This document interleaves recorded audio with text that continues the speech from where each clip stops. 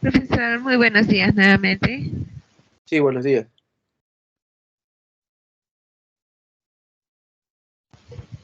Estamos ya en la semana 12, faltando poco para el último examen. Gracias por subir su material y las prácticas para que los chicos vayan repasando. Sí, gracias. Bien, campeones, vamos a trabajar entonces esta respectiva sesión. Atentos, por favor. Ya, ahora, para esta sesión, para este tema,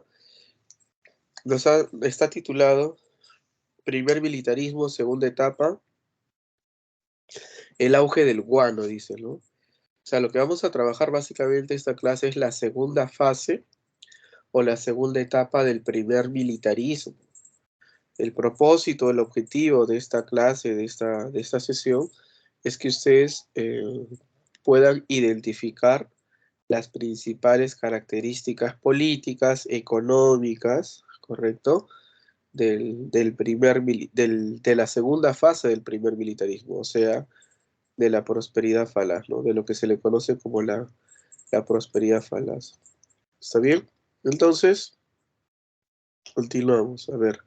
Cuando hay alguna pregunta, alguna consulta, pueden hacerlo. Tienen la opción ahí de levantar la mano, por ejemplo, ¿no? Para que puedan realizar su pregunta. ¿Ya? A ver, atentos. Vamos por acá. Nuestra última sesión, nuestra última clase, nosotros habíamos desarrollado la primera fase, ¿no? Lo que sería el primer militarismo, la fase del caudillismo. Ya, ahora, haciendo un recuento de todo ello, a ver, vamos a soltar algunas preguntitas y vayan respondiendo. Alumnos, ¿a qué personaje se le considera como el primer presidente constitucional del Perú? Y ustedes dicen, José primer de la Mar. José de la Mar, excelente. Estos deberían todos de responderlo así de inmediato. El primer presidente constitucional del Perú es don José de la Mar, ¿no? Fue don José de la Mar. Él inaugura el primer periodo de la historia republicana, o sea, el primer militarismo. Ya está, ya está. Pregunta, sí, segunda pregunta. ¿Qué periodo continúa al primer militarismo? Primer civilismo. Principilismo. Correcto, correcto. ¿Al primer militarismo le continúa o le sigue el primer civilismo? Va bien, ¿no? El primer presidente civil del Perú fue Manuel Pardo y Lavalle. Él inaugura el primer civilismo. Ya, listo. Luego de la Mar, si quieren pueden estar con el libro abierto, no hay problema, sus apuntes. ¿Ah? Luego de la Mar, de don José de la Mar, asumió el poder Agustín Gamarra. Pregunta muy sencilla. ¿Agustín Gamarra era liberal o era conservador?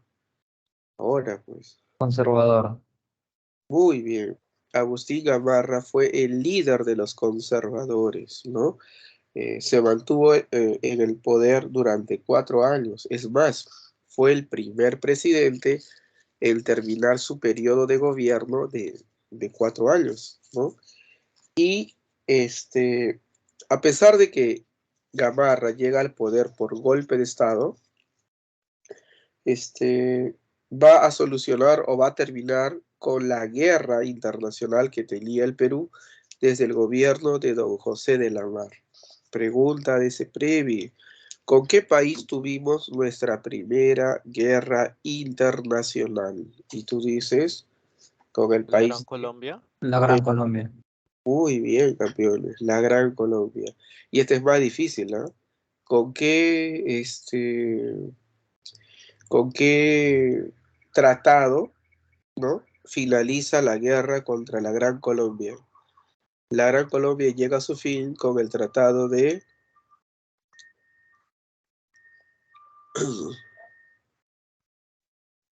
con el tratado de La Reagual. excelente. Esos datos tienen que tenerlos subrayados, ¿no? Anotado. El Tratado Larrea-Gual. El Tratado Larrea-Gual fue el primer tratado limítrofe internacional que ha tenido el Perú, ¿no? Luego la Gran Colombia se subdivide, está bien, se subdivide en 3 países y el Perú firmará un tratado llamado el Tratado Pando-Noboa, ¿no? Pando-Noboa con Ecuador, ¿no? El Tratado Pando-Noboa, ¿ya?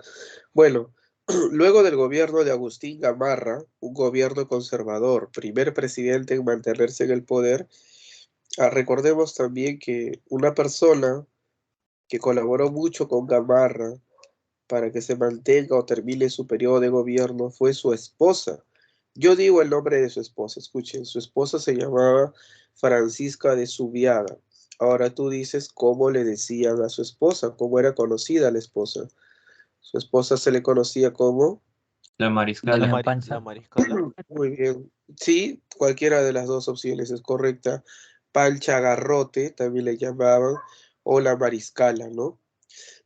Era el apelativo. Ese apelativo lo populariza Ricardo Palma, ¿no? La mariscala. Bueno, alumnitos, entonces tenemos ahí a la figura de Agustín Gamarra. Luego de Agustín Gamarra asumiría el poder Orbegoso, sí, recuerdo claramente, Luis José de Orbegoso. Y ese presidente llama la atención porque en su gobierno estalla o se inicia la primera guerra civil en la historia del Perú.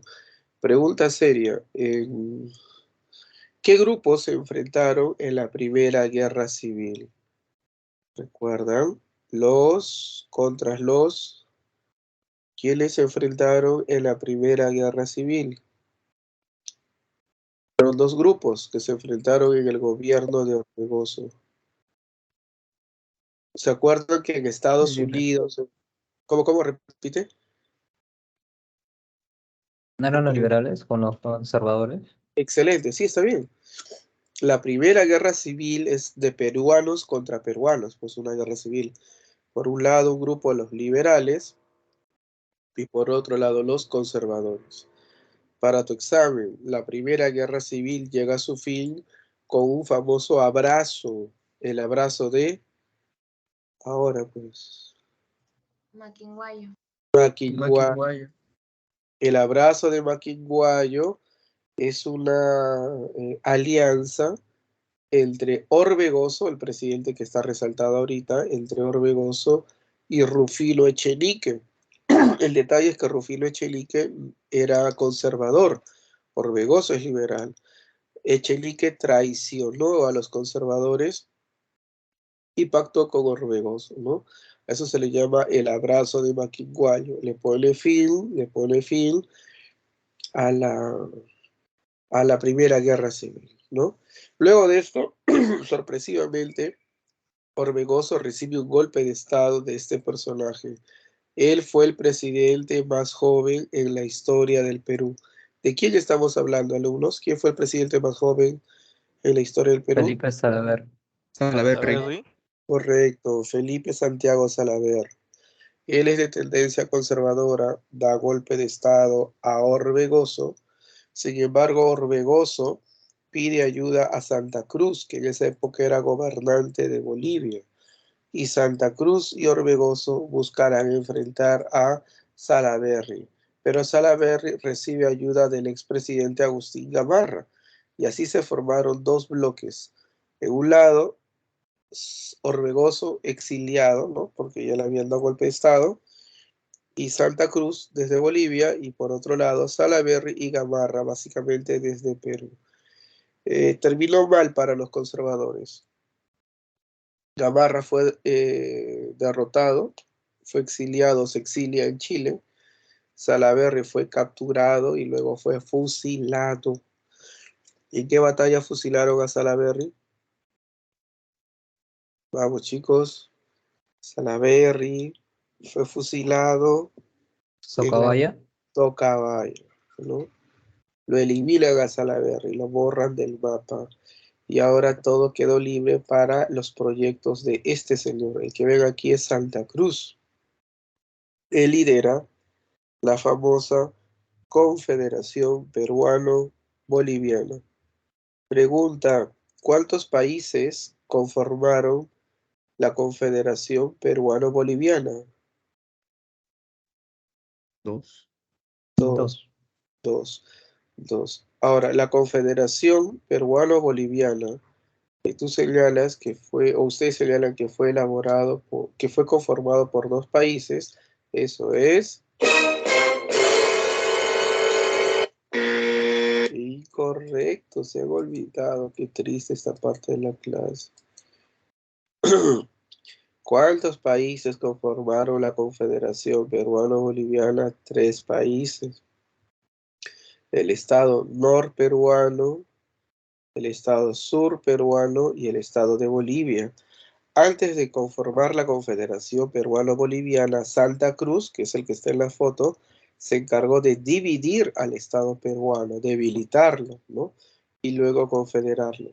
Son 3 países, y eso sí es cierto porque cada país tiene su propio presidente, cada país tiene su propia bandera, su propio himno, ¿no? Fueron 3 países. Recuerden, un ratito, por aquí está, acá está, ¿bien? Recuerden incluso que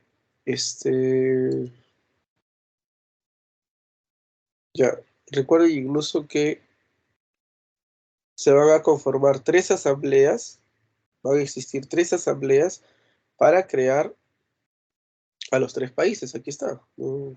Está en su libro, la página, ahí está la página 101, ¿no?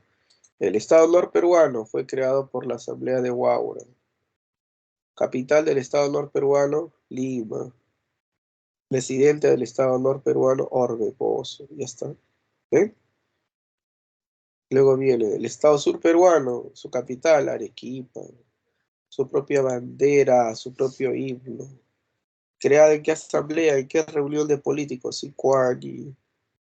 Primer presidente o presidente, Ramón Guerrera. ¿Se dan cuenta?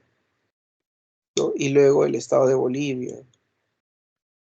Asamblea de Tapacari, ¿no? Presidencia de Miguel de Velasco, etcétera. No se olviden, ¿no? No hay que volver a hacer otra vez esta pregunta. ¿Cuántos países conformaron la Confederación Peruano-Boliviana? Entonces, alumnos, ¿cuánto van a contestar a partir de ahora? ¿Cuántos? No los escucho. Alumnos, ¿cuántos países? 3. 3, acuérdense. 3, correcto, ahora sí. Ya. Pero si habían 3 presidentes, porque habían 3 estados, y en ninguno de ellos estaba Santa Cruz, ¿qué título recibió Santa Cruz? Santa Cruz no recibió el título de presidente, él lo que recibe es el título de supremo protector, ¿no? De los 3 estados, supremo protector de los 3 estados, ¿no? Muy bien, ese es el título que él terminaría estar recibiendo, ¿no? Supremo protector de la Confederación Peruano-Boliviana. Ya está. Listo. Y la Confederación, recordemos que tuvo muchas obras. Dentro de las obras más importantes está la Ley de Puertos Libres, ¿no? Que favoreció mucho al comercio de Perú, pero que generó la envidia, la protesta, el reclamo de países como Chile, afectaba el puerto de Valparaíso y el puerto de Buenos Aires en Argentina. Esos 2 países se unieron y le declararon la guerra a la Confederación Peruano-Boliviana, ¿sí? Incluso organizaron expediciones que ellos llamaron o bautizaron como restauradoras. Aquí está. La primera fracasa, solo la segunda fue victoriosa. Pregunta de examen. ¿Con qué batalla llega a su fin la Confederación Peruano-Boliviana? ¿O luego de qué batalla se desintegró la Confederación Peruano-Boliviana? Yungay. Yungay. Excelente, la batalla de Yungay, ¿no? Tan importante es esa batalla que incluso existe la canción o el himno a Yungay. Y acá se los he colocado con letra, ya lo tengo separado. Presten mucha atención al respecto.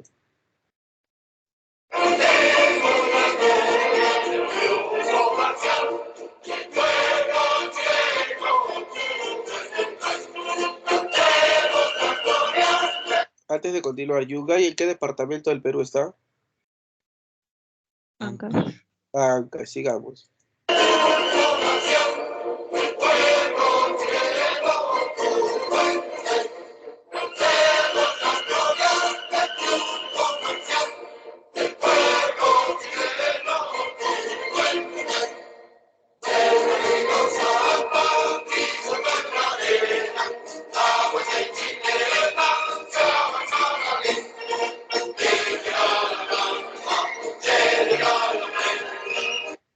En esta letra dice del rápido Santa.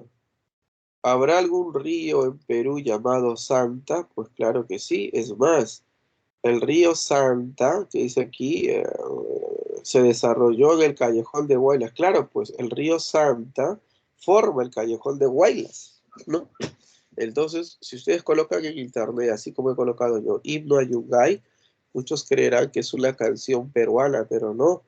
Es una canción militar de Chile que les recuerda a ellos que fueron victoriosos en la guerra contra la Confederación Peruano-Boliviana. En la historia de los chilenos se considera, bueno, en nuestra historia entre Perú y Chile, dos guerras. La primera guerra es la que ven en pantalla, la guerra contra la Confederación, y la perdimos. Ganaron los chilenos, argentinos, apoyados por peruanos conservadores. Y la segunda guerra, o guerra del Salitre, o guerra contra Chile, simplemente, también la perdimos, ¿no? Y fue más doloroso también. Bien, continuamos entonces.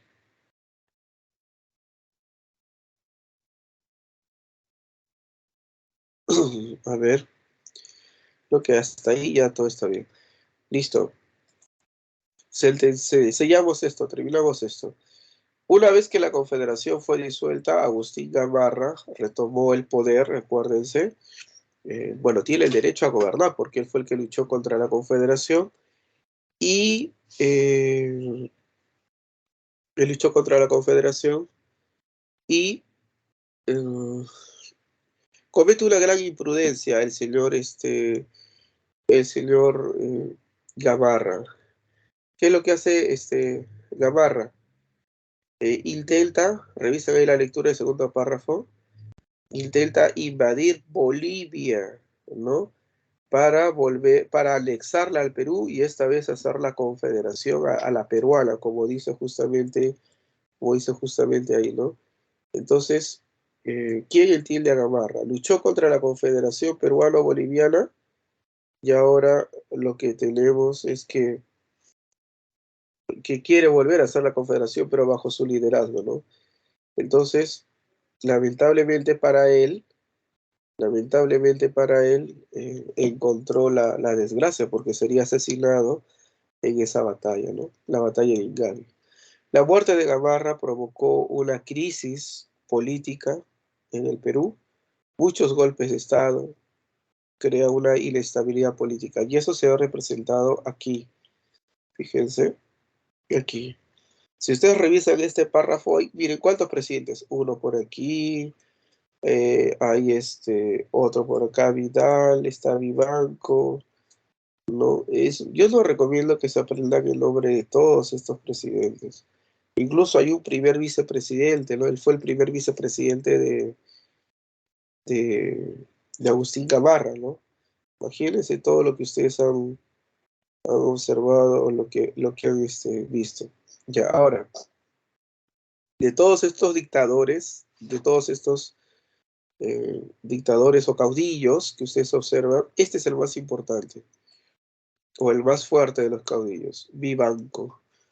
A su gobierno temporal se le conoce también como el directorio, ¿ya? El directorio. Ya. Un directorio.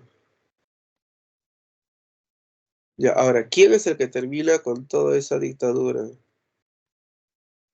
Ya, ¿quién es el que termina con toda esta dictadura o estos golpes de Estado o esta crisis interna o esta anarquía, ¿no? Es este personaje, El Salvador, ya como un mesías, ¿dónde está? Ya se me escapó, acá está. Castilla, Castilla,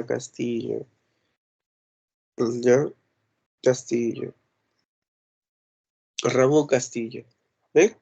Él es Ramón Castilla. Entonces, Ramón Castilla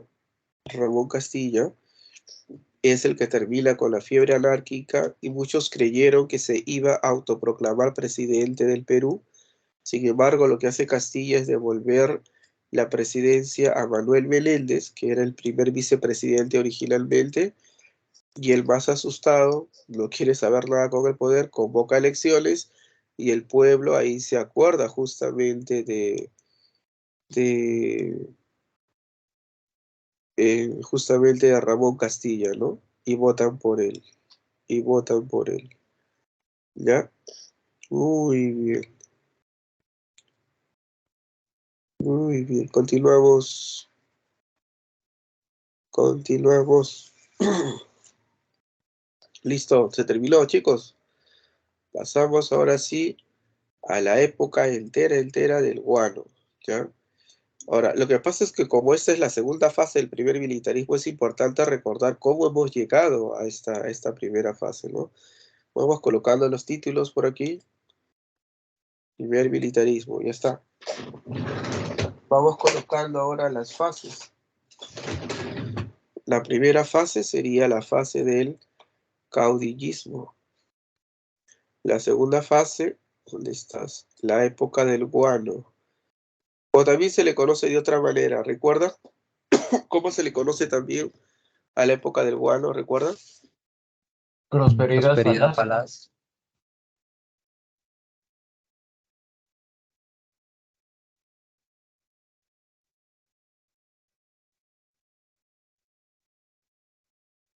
Sí, están en lo cierto. Están en lo cierto.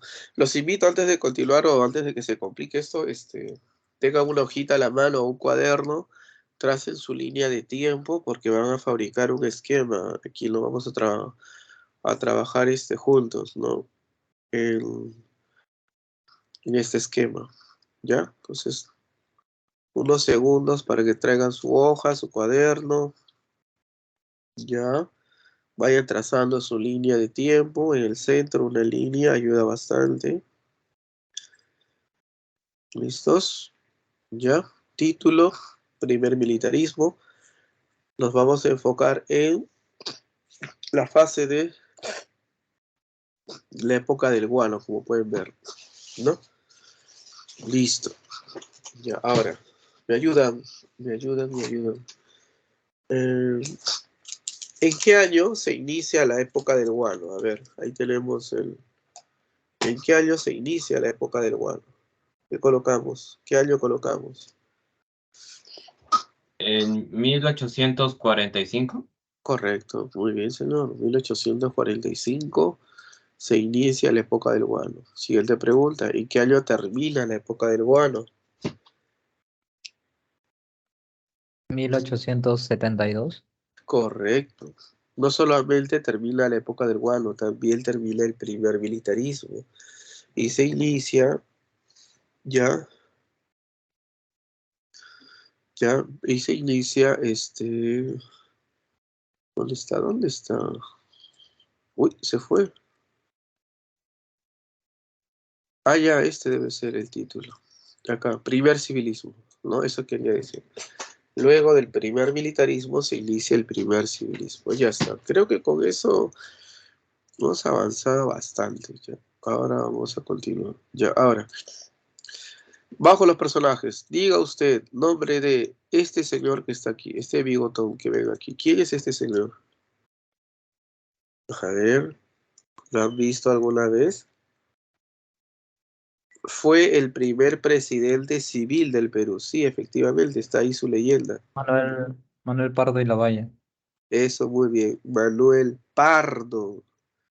y Lavalle. Acuérdense, Manuel Pardo y Lavalle. ¿Ya? Muy bien. Por ahora lo vamos a dejar aquí mismo. Luego les explicaré el por qué.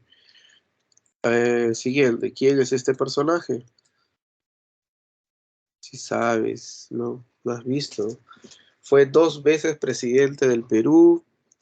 Fue Gamarra. líder. Gamarra. Fue líder de los conservadores, ¿no? Agustín Gamarra. Lo vamos a colocar aquí a finales del caudillismo. Recuerden que fue asesinado, ¿no? Fue asesinado y luego de su muerte viene la anarquía del 42. Estos gobiernos cortos, de corta duración, caos, bueno, la verdad. Ya está. Listo. Siguiente. ¿Quién es este personaje? Ahora, pues.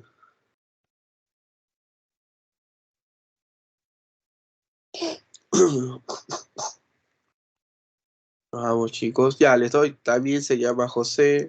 Fue el último presidente del primer militarismo. José Balta. José Balta. Muy bien. José Balta. Excelente. Vamos a colocarlo aquí. No, último presidente del primer militarismo. José Balta. Él no necesita presentación, ¿cierto? Creo que todos lo identifican. Hasta han compuesto canciones con él. ¿Quién es? Chicos, Castilla, Ramón Castilla. Castilla, pues no jueguen con mis sentimientos, ¿sabes bien? Castilla, ¿por qué lo pone ahí, profesor? Porque él fue presidente de la época del guano, ¿no? Él inaugura, acuérdense, él gana la, las elecciones en el 45, ¿se acuerdan? Manuel Menéndez, primer vicepresidente, que recuperó el poder, se podría decir, convoca elecciones y el pueblo se acuerda de este caudillo Castilla, ¿no? Que había terminado con los golpes de Estado. Ya está. Muy bien. Continuamos. Vamos a ver por aquí. Ya, y él es, creo que no, este está difícil, pero el aula 1 sí, una alumna dio la respuesta. ¿Quién es él?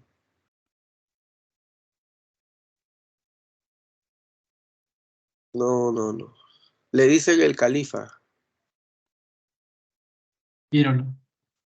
Pierola, Nicolás de Pierola. Listo. Vamos a colocarlo por aquí. Y luego les explicaré exactamente por qué está más chiquitito y por qué lo he puesto aquí. ¿Ya? Bueno, mentalmente vayan repitiendo ustedes las siguientes imágenes que voy a señalar. Ubíquense, hagan su línea de tiempo igualito, fabríquenlo.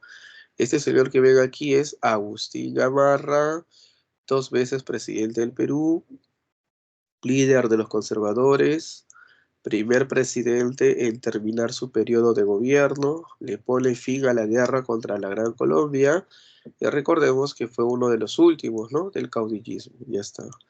Él es Ramón Castilla, termina con la anarquía del 42, sienta las bases de la república y lo más importante, consolida el sistema republicano en el Perú, ¿no? Consolida el sistema republicano en el Perú, amplía las instituciones del Estado peruano, ¿no? Bien. Sigamos. Él es José Balta, último presidente de la época del guano y también último presidente del primer militarismo, ¿no? Este señor es Manuel Pardo y Lavalle. Manuel Pardo y Lavalle, ¿no? Manuel Pardo y Lavalle.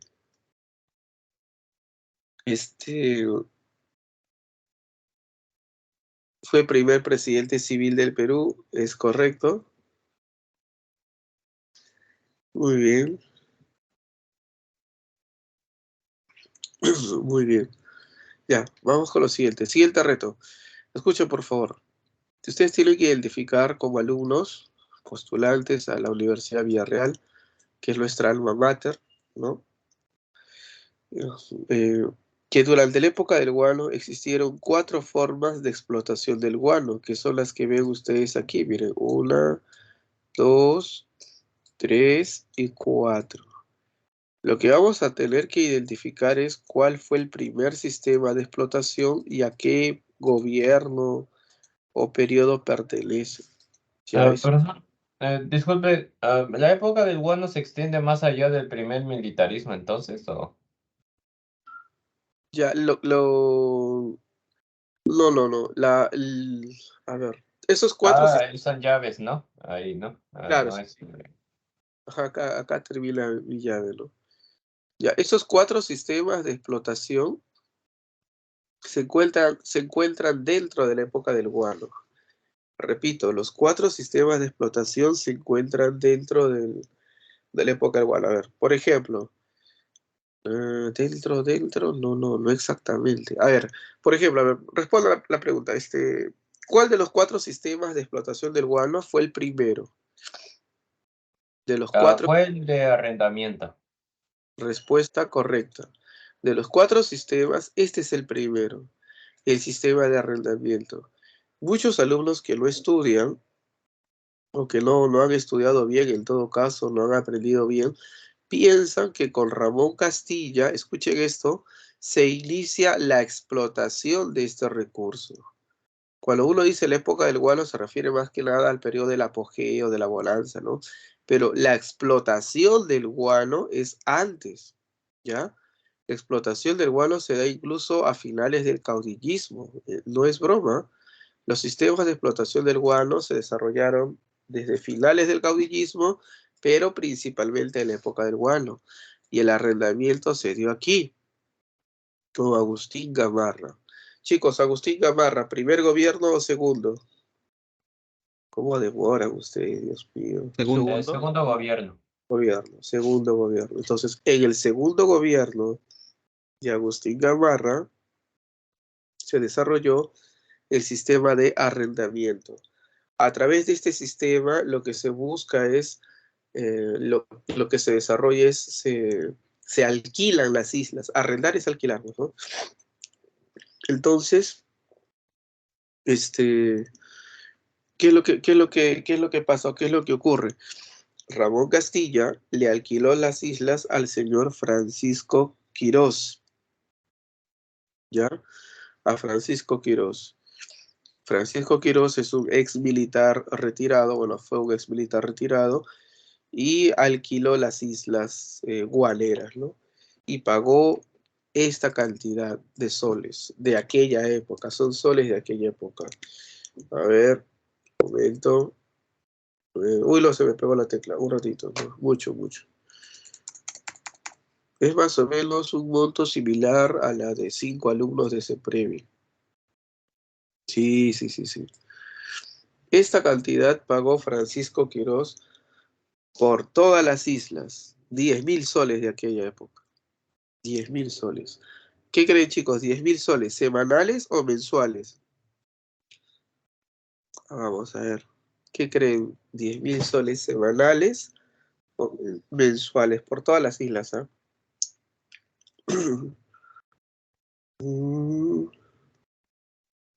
Ni semanales ni mensuales. Por todo el año, chicos. Por todo un año, 10.000 soles. ¿Se imagina? Es baratísimo, ¿no? Muy barato, la verdad. Ahora entienden por qué al año siguiente, ya, Francisco Quirós fundó su propio banco, que se llamó así como el Banco Quirós o la Casa Quirós. Increíble, ¿no? Él tenía mente de tiburón y ya se había dado cuenta que el negocio del guano o el negocio del comercio del guano, ya se había dado cuenta de que era lucrativo, ¿no? Era o iba a generar grandes ingresos, ¿no? Cuando los presidentes de Perú se dan cuenta de que es una actividad económica o tenía un gran potencial, intentaron dedicarse, o sea, el gobierno intentó dedicarse ellos mismos a dicha actividad, ¿ya? Bien, por ahora recordemos que el primer sistema de explotación del guano fue el de arrendamiento y se dio durante el gobierno de Agustín Gamarra, ¿no? Segundo gobierno de Agustín Gamarra. ¿Listo? Listo, listo, listo. Vamos, elijan, chicos, ¿cuál de estos sistemas que queda sería el segundo sistema? Vamos, elijan. Venta directa. Correcto. Se dio durante el periodo de la anarquía. Fracasó, ni siquiera les van a preguntar eso. Fracasó completamente porque recordemos que hubo muchos golpes de Estado en aquella época, ¿no?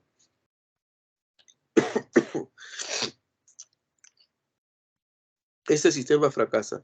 Y como su nombre lo dice, en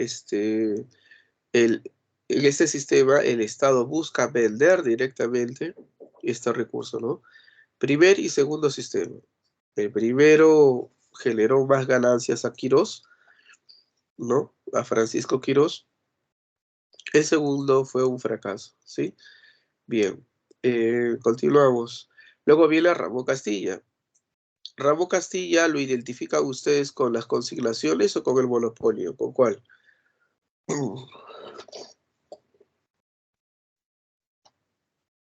Consignaciones. Respuesta correcta. En el gobierno de Ramón Castilla entra en vigencia el sistema de las consignaciones. Por este sistema, un grupo de empresarios, ¿está bien? En este caso, primero extranjeros, luego peruanos. Por el sistema de las consignaciones, un grupo de empresarios, ¿no? Se agrupan y representan al Estado peruano en el mercado internacional, ¿ya? En el mercado internacional, ¿sí? Primero estaban los consignatarios extranjeros y luego los consignatarios nacionales. Inicialmente, vamos a dibujarlo aquí. Inicialmente, si toda esta barrita que ven aquí, pero ¿para qué hago una barrita si aquí tengo un rectángulo? Y esta es la barrita de las ganancias, ¿yo? Esta barrita es el 100% de las ganancias. Los consignatarios extranjeros, los extranjeros, pagaban inicialmente este porcentaje de las ganancias a los peruanos, ¿no? Ellos se encargaban de extraer el guano, de venderlo, distribuirlo, trasladarlo. Se encargaban de todo el Estado, pero no ponía nada, ni un sol. No tenía tampoco la infraestructura. Todos se encargaban los consignatarios, los empresarios extranjeros, y de toda la ganancia producto de la venta del guano, le daban al Estado peruano un promedio de 20%, cifra que fue disminuyendo con el pasar del tiempo, ¿ya? Con el pasar del tiempo, esa cifra fue disminuyendo a 18%, ¿no? Poquito menos incluso, ¿ya? Cerca del 15% se fue consolidando. Pasaron los años y los empresarios peruanos se agruparon y formaron lo que se le conoce como lean aquí, Compañía Nacional del Guano. La Compañía Nacional del Guano era una organización conformada por empresarios peruanos que terminaron pagando esta cantidad al Estado peruano. Esta fue el porcentaje de ganancia que ellos pagaron al Estado peruano. ¿Alcanzan a ver el número? ¿Cuánto dice? Lean. ¿Cuánto dice? 4%. 4%. 4%. No es broma. Y ese 4%, alumnitos, se convierte nada más y nada menos que, a ver, necesito un círculo ahora, voy a dibujar una torta. ¿Ya? Ese 4% se convierte en total en, acá está el porcentaje, ¿no? Eso que es bueno en la economía, ¿no? La economía es lo máximo. La economía es bien fría porque no le importa cómo te llames, te da los resultados en tu cara. El 4% representó el 70% del ingreso en la economía peruana. ¿Te imaginas? Repito, ese 4% representó el 70% en la economía peruana. O sea, prácticamente, ¿qué les estoy diciendo? Que la economía de Perú dependía del comercio del guano, ¿no? Alucinante, chicos, miren. Pregunta, ¿qué hubiera pasado si, por ejemplo, el Estado peruano no hubiera recibido el 4%, si no hubiera recibido el 40%? ¿Creen que la situación del país hubiera sido distinta? ¿O no? ¿Qué dicen ustedes? ¿Creen que la situación en la economía peruana, nuestra situación hubiera sido mejor? ¿Qué me dicen? A ver. Están dudando, me parece, ¿no? No hay problema, chicos. Les voy a volver a hacer la pregunta dentro de unos minutos cuando continúe explicando este temita, ¿ya? Vamos por acá. Hasta ahí se va entendiendo, ¿no? Profesor, disculpe, es que ¿cree que podría volver a explicar el contrato Quirós, por favor? El contrato Quirós es la firma entre Francisco Quirós y el Estado peruano, ¿no? Ese acuerdo entre el militar Quirós y el gobierno peruano se le conoce como el contrato Quirós, porque fue firmado con Francisco Quirós. Ahora, como dato importante, ¿qué sería, no? Es el primer contrato guanero. El primer contrato, pero es la verdad, pues, ¿no? El primer contrato guanero fue el contrato Quirós, ¿no? Y este contrato representa el sistema del arrendamiento o alquiler de las islas, ¿no? Por ese voto que yo les había dicho de 10.000 soles de la época, ¿ya? Listo. Les dice, Y profesor, disculpe, y dijo que la venta directa había perjudicado al Francisco Quirós, ¿no? no. La venta directa es otro sistema por el cual el Estado peruano quiso hacerse cargo, ¿no? De forma directa, como dice ahí, ¿no? De la venta. Sin embargo, ese sistema fracasa porque como los presidentes duraban muy poco, ¿no? Los presidentes gobernaban apenas meses, incluso hay uno que gobernó una semana nada más. Entonces fracasó completamente. Y muy aparte de eso es porque el Estado peruano no contaba con la infraestructura o recursos propios para poder dedicarse a esta actividad, ¿no? El más importante de todos, donde deberían colocar ustedes un poquito más de esfuerzo, es en las consignaciones, en entenderlas, el sistema de las consignaciones, ¿no? Listo. Miren, Profesor, disculpe, es que la venta directa no es que sucedía también en el gobierno de Agustín Gamarra. no. Luego de la muerte de Gamarra es que se va a desarrollar estos sistemas, ¿no? Y como les dije al inicio, no les van a preguntar porque no es trascendente, ¿ya? Ahí sí, continuamos. Muchas gracias, profesor. Listo. Miren, quiero explicarles ahora con respecto o sea, quiero saber que si están entendiendo que los ingresos de la venta del guano son los más importantes durante esta época, ¿no? Por eso se llama la época del guano. Porque a nivel económico, el Perú dependía de este recurso, ¿no? El 70% de la economía peruana dependía de este recurso, del guano. Ahora, es bueno que un país dependa tanto de un recurso y encima es un recurso o es una actividad extractiva. ¿Qué quiere decir esto? Que la materia prima no se reproduce, o sea, la materia prima se extrae, o sea, no se puede reproducir, no se agota, no es renovable, ¿no? A eso voy. No es bueno, ¿verdad? Y el Perú dependía hasta un 70% de esta actividad económica o esta actividad extractiva, ¿no? Con todo ese dinero que se recibió, que fue el 4% de las ganancias, pero que equivalía a un 70% del ingreso del Estado, con todo ese dinero, con todo ese dinero, con todas esas ganancias, el Perú realizó una política de obras públicas, ¿no? Que lo podemos ver, por ejemplo, en el gobierno de Castilla. Miren por acá, aprovechando el libro.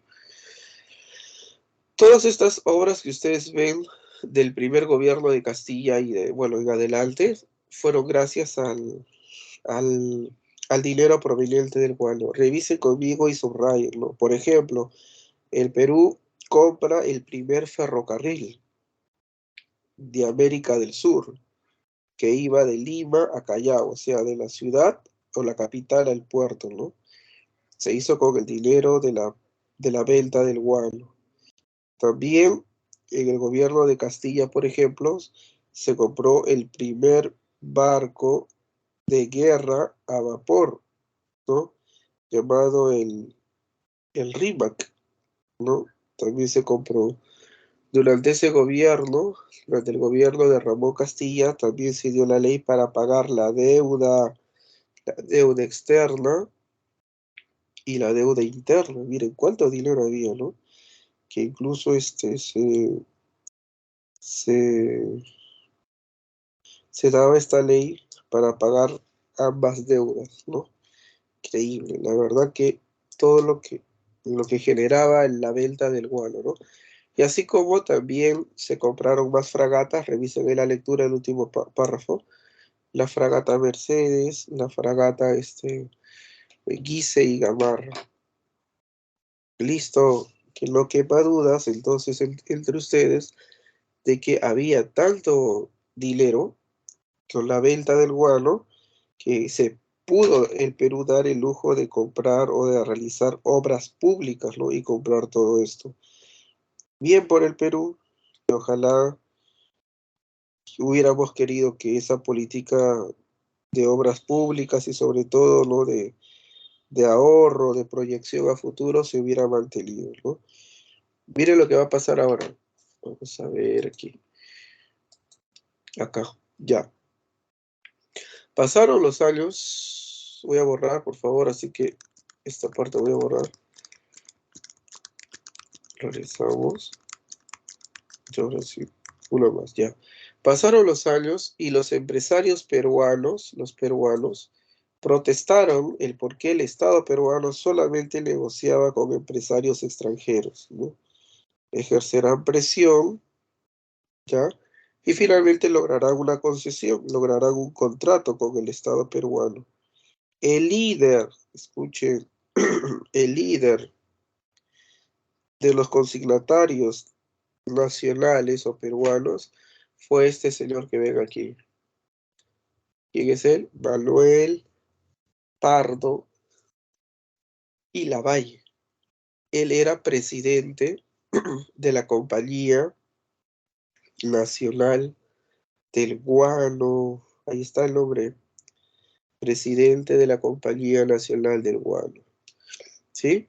Y este señor realizó un contrato. Bueno, los consignatarios nacionales realizaron un contrato con el Estado peruano por el cual ellos se encargaban de extraer el guano, distribuirlo, comercializarlo, ¿no? Siempre en representación del Estado peruano. ¿Sí? Bueno, hasta ahí tuvieron mucho poder. Es más, era lo que menos pagaban también de las ganancias al Estado peruano. Pasaron los años y durante el gobierno del presidente Balta, su primer ministro, su ministro de Economía y primer ministro, ¿quién era este señor? ¿Se acuerda? Ahorita es el ministro de Economía, pero ¿quién era? Su nombre. Un alumno lo dijo. Pierola. Pierola, ya. El señor Nicolás de Pierola era el ministro de Economía, ya de aquella época. Y es Pierola quien recomienda que ya no debería de realizarse más contratos con los consignatarios peruanos o nacionales, porque ellos pagaban muy poco y argumentaban siempre lo mismo, ¿no? Que no podría o no se debería de pagar más porque no era no generaría las ganancias o los acuerdos establecidos. Bueno, Nicolás de Pierola era el primer ministro y él recomienda que se establezca en el Perú un nuevo sistema, un nuevo sistema les decía, un nuevo sistema de explotación del guano a través del monopolio. ¿Qué quiere decir esto? Que una sola persona o una sola empresa se encargaría de comercializar o de vender el guano, ¿ya? Comercializar o vender el guano. Y esta era la familia Dreyfus. Dreyfus Hermanos, compañía Dreyfus Hermanos. Los Dreyfus era una empresa francesa, correcta, que se ofrecía a pagar más por los derechos del comercio del guano. Se ofrecía a pagar mucho más, porcentaje mayor, ¿no? Cerca a lo que antes percibía el Estado peruano. Por eso es que el Estado también decide cambiar, ¿no? Les decía, por eso que el Estado también decide cambiar y pasarse a las filas o cerrar un contrato con Dreyfus. ¿Ya? Bien, bien, bien. Ahí lo tenemos. Profesor, ¿Sí? disculpe, entonces el sistema del monopolio significa que la casa de Dreyfus ahora sería la única que vendiera guano, ¿o? Sí, correcto, muy bien. La palabra monopolio significa eso justamente, un solo vendedor. El único vendedor que representaría al Estado peruano sería justamente, ¿no? Dreyfus. Excelente. Muy bien, muy bien. Ya, ahora vamos a colocar entonces ahí en la pantalla eso, ¿ya? Vamos a colocar que en su gobierno se estableció el sistema de monopolio.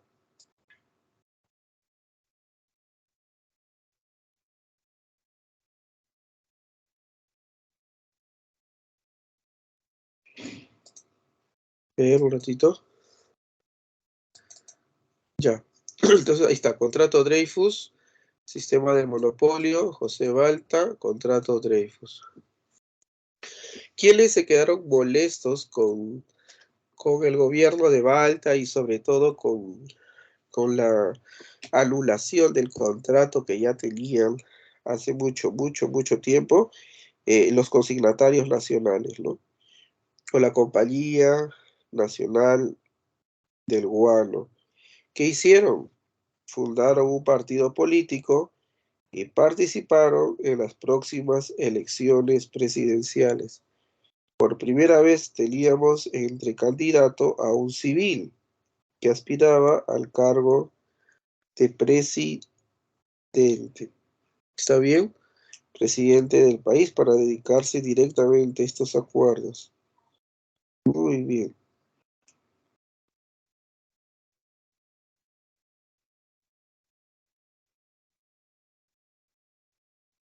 ¿Ya?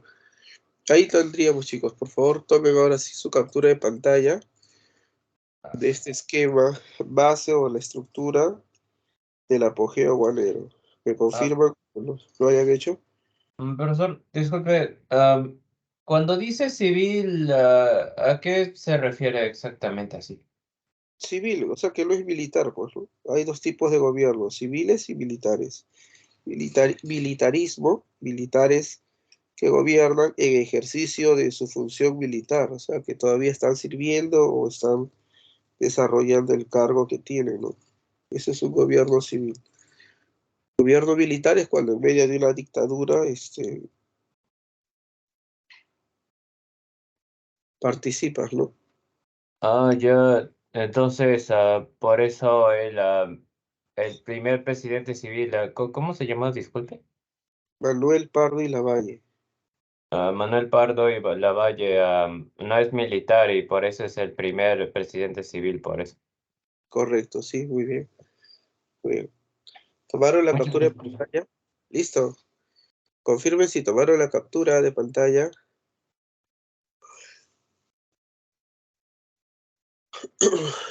Confirmen si ya tomaron la captura. Ya está, profesor. Listo. Continuamos entonces. Continuamos entonces, a ver. Un ratito.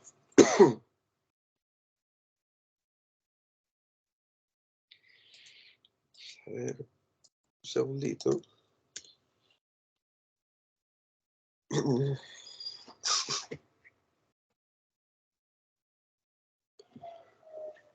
Ya, ahora sí.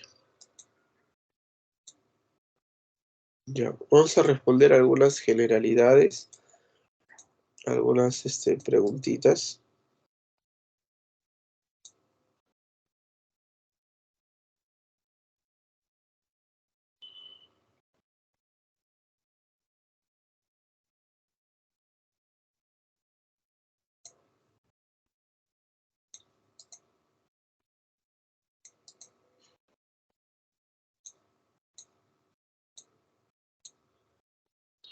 Ya, ahí está. Miren.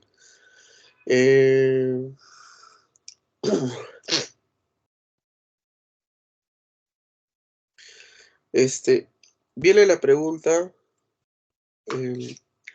sobre este recurso. O sea, tanto hablamos de la prosperidad falaz, la época del guano y todo, y todo, y todo.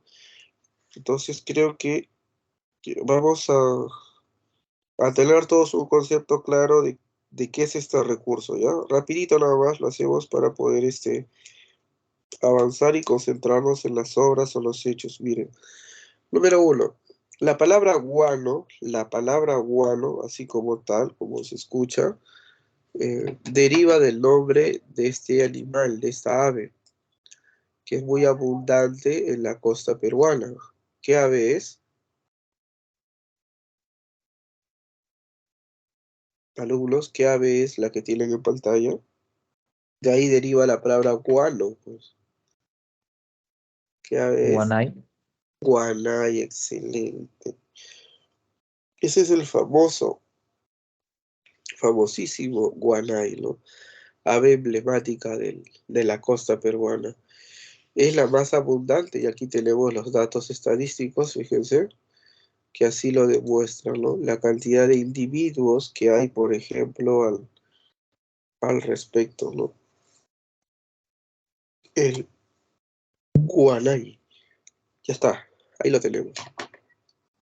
Ahora, esta ave y todas las aves de la playa, del litoral, son consideradas como aves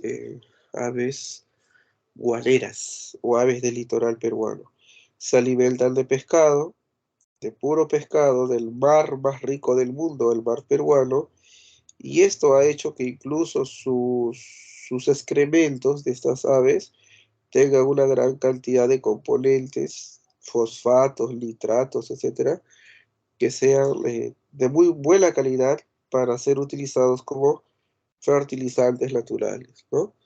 Muy, muy buena calidad, ¿ya? Y así se van a dar cuenta los europeos, los extranjeros, y van a necesitar, van a crear en ellos una necesidad, van a necesitar.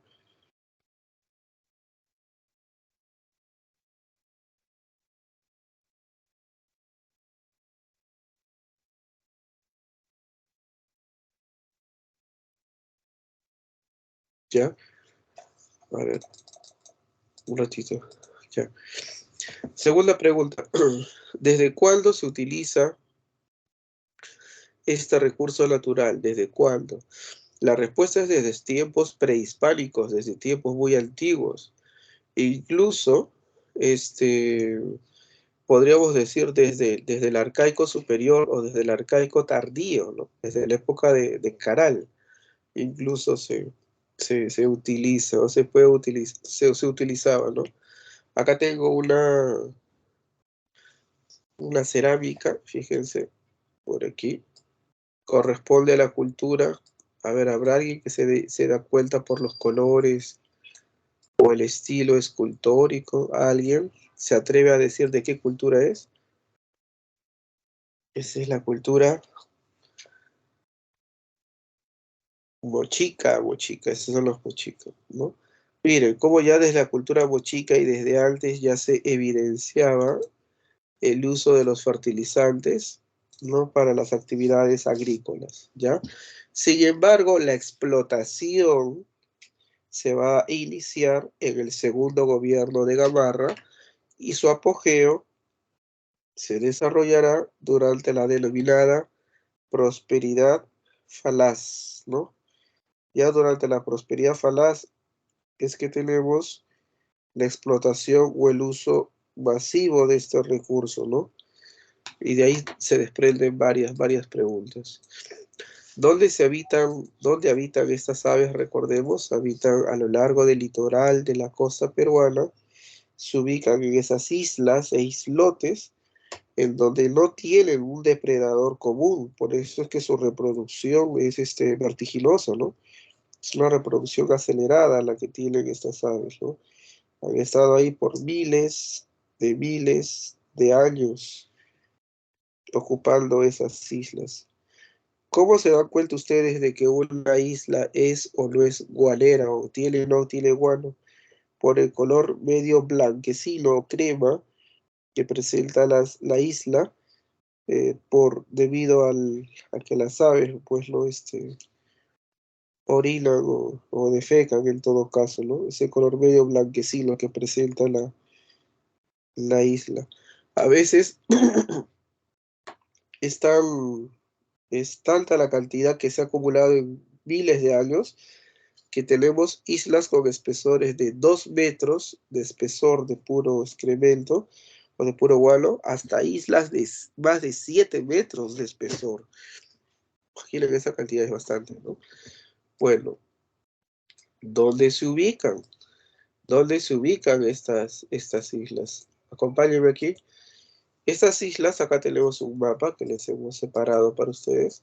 Ahí vemos la gran cantidad de islas y todas ellas provistas o donde se han depositado las aves. Dentro de las islas más importantes tenemos las siguientes. Anoten o resalten, por favor. Islas de lobos. Hay lobos de afuera, hay lobos de adentro, pero en general las islas de lobos. ¿Ya? Listo. Segunda. Otra de las islas importantes de Guano. Islas Guayape. Fíjense dónde está ubicado, al frente de La Libertad. Islas Guayape, ¿no? También tiene gran cantidad de guano. Tercero. Las Islas Palomino. Fíjense en el mapa. Las Islas Palomino están prácticamente cerca o detrás del... ¿Cómo se llama? De la isla San Lorenzo, acá en el Callao. ¿Ya? Las Islas Palomino en el Callao o en el Callao, pues no, prácticamente. ¿Cuántas islas vamos? 1, 2, 3, ¿ah? 3 alternativas. Islas de Lobos, Islas Guayape, Islas Palomino. Cuarto candidato, vamos a ver por aquí, más abajo. Las islas de Chincha. Son varias islas. Islas de Chincha del norte, Chincha del centro, hay Chincha del sur. Son chiquititas, ¿no? Bueno, la mayoría, mejor dicho, hay islas chiquitas y hay islas grandes, ¿no? Pero tiene varias islas pequeñas. Y último candidato, último candidato, sería, ¿dónde está? Un ratito, ¿dónde estás? Ahí está.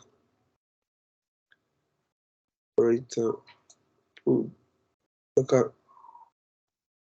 Punta Coles, dice, ¿no? Punta Coles, también. Esto estaría en Moquegua, ¿no? También posee otro de grandes cantidades de guano. Sin embargo, escuchen esto, sin embargo, la pregunta que te hacen es la siguiente. ¿Cuál es las islas o la isla que tiene las mayores o que tuvo las mayores reservas de guano? Ese ya es distinto, ¿no? Respuesta, campeones. Las mayores reservas de guano corresponden a qué isla. ¿Qué isla creen? A ver si adivinan. El aula 1 no lo hizo, no adivinaron, nunca lo hizo ustedes. 3, 2, 1 y no los escucho, nadie está con el micro. Y Tiempo. Lamentablemente este salón tampoco lo hizo. La respuesta era las islas de Chincha. Repito, la respuesta era las islas de Chincha. Son las de, bueno, fueron las de mayor reservas de guano. No se preocupen, alumnos, si no conocen las islas de Chincha, yo les he traído ni siquiera una pintura, una fotografía de las islas de Chincha. Aquí está. Ahí se ve mucho mejor. Esa es. Profesor, disculpe, Sí, después de Islas Palomino, ¿cuál seguía? ¿Era después lo de Punta islas, Coles o...? no, islas de Chincha, islas de Chincha. Ah, ya. Son las más importantes, sí. Listo. Y después de Islas de Chincha nada más, ¿no? O sea, Listo. Puntas Coles, ¿no? No, chicos, concéntrense por favor en el examen. Concéntrense en el examen. Lo que va a venir, ¿no? La más importante, islas de Chincha. Es la que tenía, recuerden, las mayores reservas, ¿está bien? Las mayores reservas eh, de, del recurso, pues, ¿no? Las mayores reservas de guano, ¿no? Bien, bien. Continuamos. Continuamos. Ya, la foto que que les estaba mostrando, que está un poco pixeleada, es justamente las islas de Chincha, ¿no? Ahora fíjense ustedes ahí, ¿no? Si se alcanza a ver, si se alcanza a visualizar, en la parte posterior de las islas se visualizan unos barcos, unas embarcaciones, ¿no? Algunos son unas fragatas, y son varios, son como, cuento algo de 10. Todo eso, les adelanto un tema, todo eso son parte de una armada del Reino de España. Entonces creo que esto ya creo que es momento de explicar algunos aspectos por aquí. ¿Dónde está la banderita de España? Yo la dejé por aquí. Dios mío, no está. ¿Qué pasó ahí? ¿Qué pasó ahí? A ver. Ahí acá atrás estaba. Ya listo. Regresamos. No pasó nada, chicos. Sigamos. Ya. Todas esas embarcaciones que ven ustedes ahí son parte de la armada española, ¿no? Serie de casi 20 buques o barcos que llegaron. Les voy a contextualizar esto para que entiendan.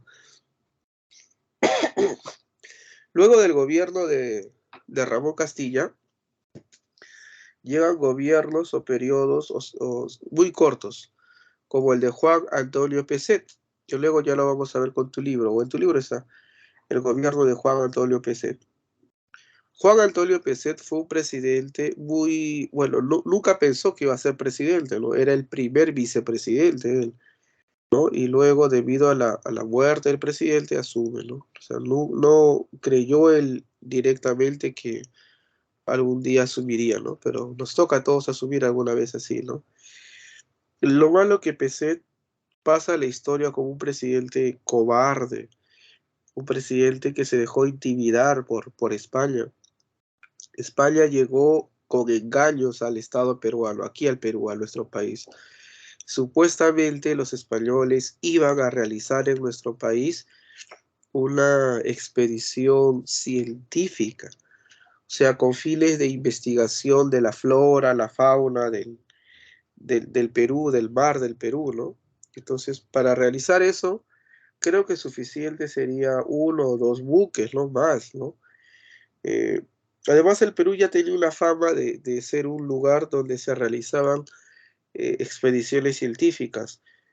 La más importante creo que es la de Alexander von Humboldt, ¿no? Este austriaco o alemán que llega a nuestro país y estudia el mar peruano, la corriente peruana, sobre todo, ¿no? La flora, la fauna y parte de las aves.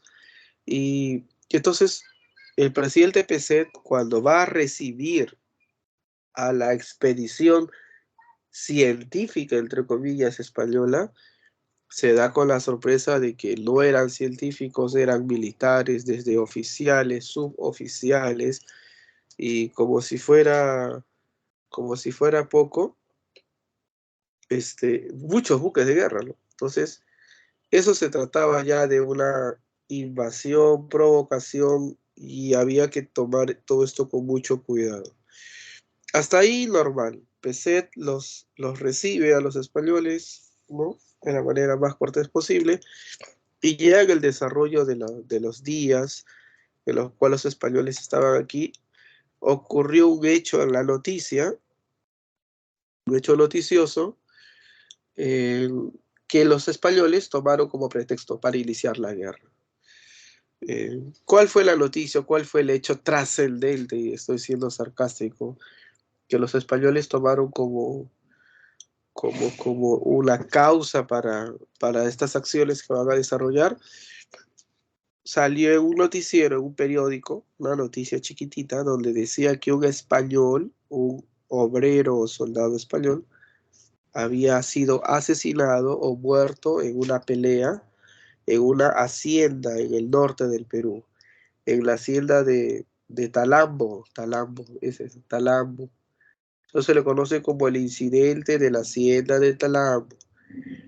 En esa hacienda, ubicada en el norte del Perú, producto de una pelea entre dos trabajadores, muere el trabajador español, un español pobre, ¿no? De trabajador, muere. Entonces, de eso se tomaron de fuerza la escuadra científica española, supuestamente, para exigir un desagravio, exigir unas disculpas públicas por parte del Estado peruano, exigir una indemnización y todo lo demás, con respecto a ese ciudadano español. ¿Se imaginan?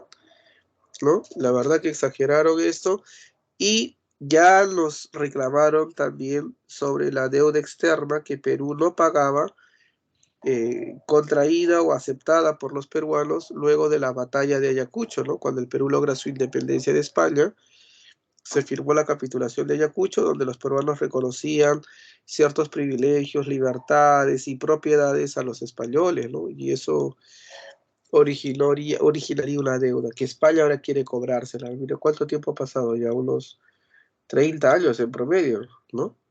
Y los españoles, pues, quieren cobrarse todo eso, ¿no? Alumnos, España, eh, obliga prácticamente al Perú, condiciona al Perú a firmar un tratado llamado el Tratado Vivanco-Pareja. Es un tratado lesivo, es un tratado humillante para los peruanos. Hasta ahorita nos da vergüenza ese tratado, porque en ese tratado el presidente de Perú, Juan Antonio Peset, firma y acepta todas las condiciones que colocaba España. Y cuando digo todo, es todo, chicos, ¿no? El Perú aceptaba todas esas condiciones que nos habían impuesto, ¿no?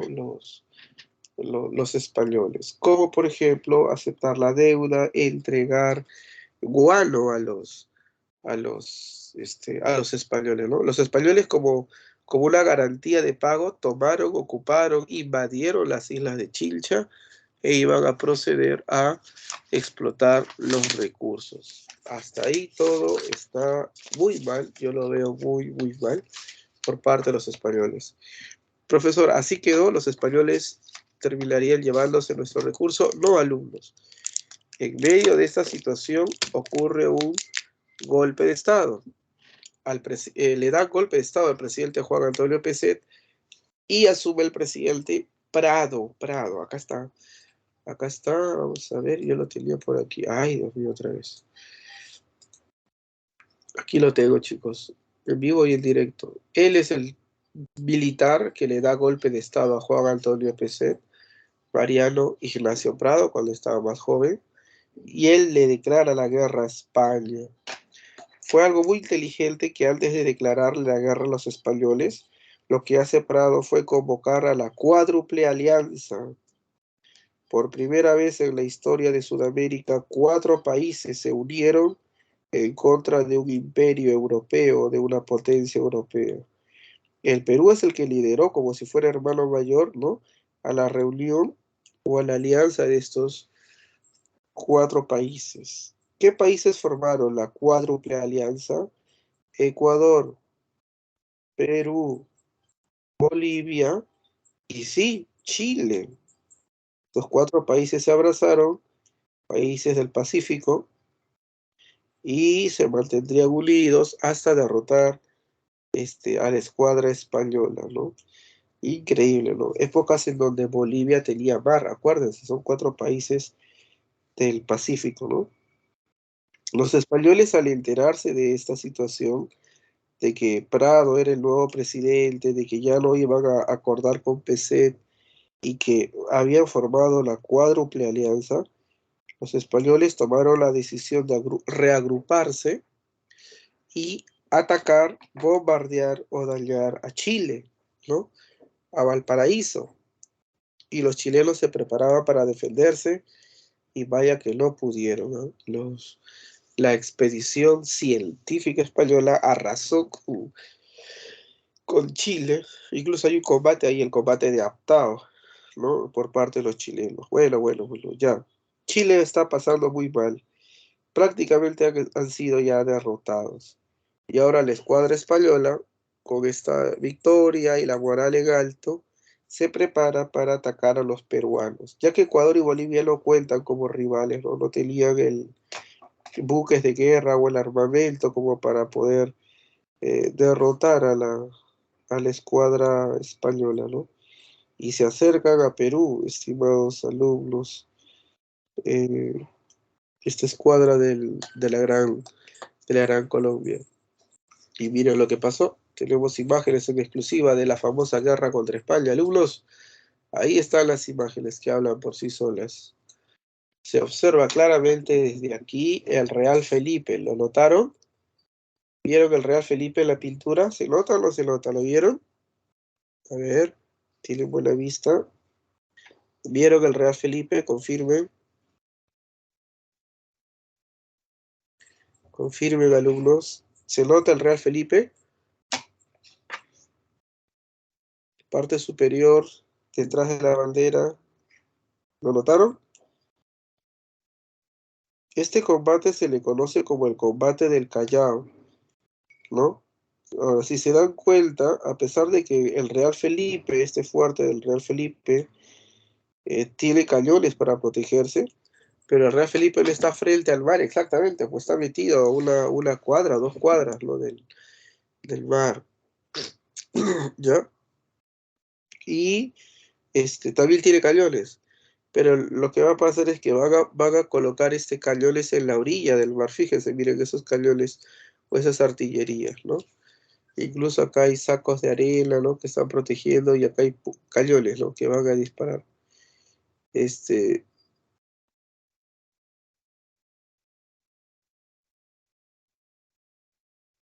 Ya, a ver.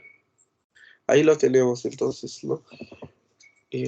La guerra contra España. Ese tema en general se le conoce como la guerra contra España.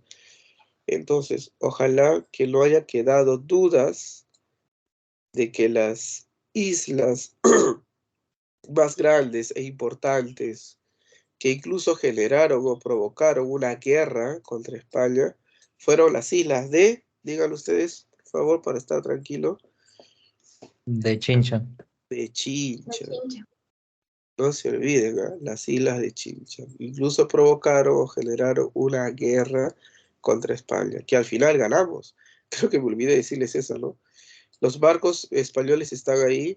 Perú no tiene barcos, como pueden ver, no tenía barcos de esa capacidad, pero lo que sí tenía el Perú eran cañones a lo largo de toda la costa y los cañones dispararon y dieron en el blanco, dieron de forma muy efectiva, ¿no? Eso se le conoce como el combate del 2 de mayo de 1866.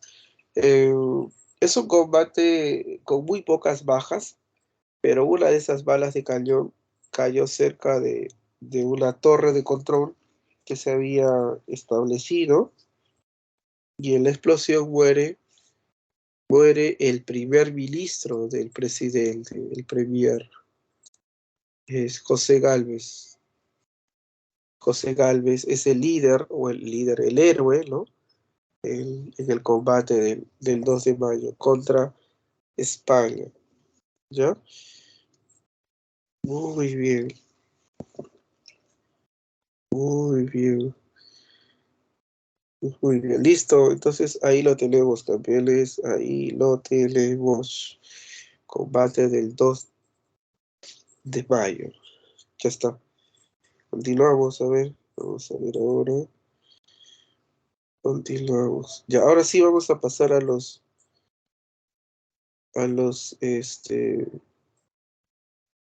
gobiernos. ¿Alguien tiene su micro encendido? Creo, fíjense. Creo que ya está. Sí, creo que ya está. Ya, a ver. Vamos por acá.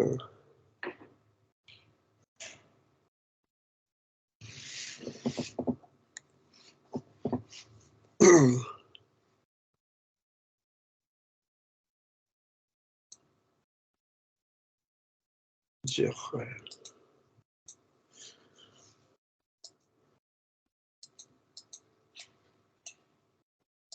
Un segundo. Un segundito, estoy revisando algo.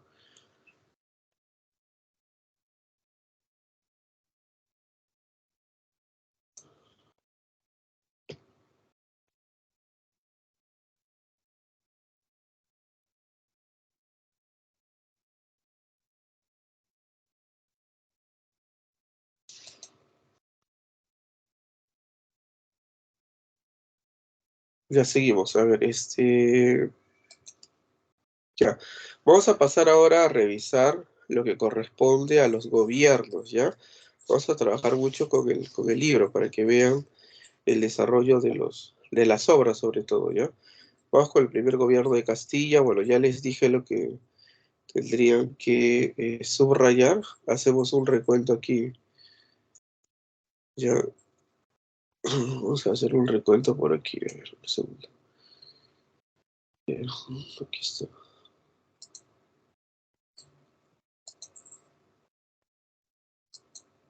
No, este no.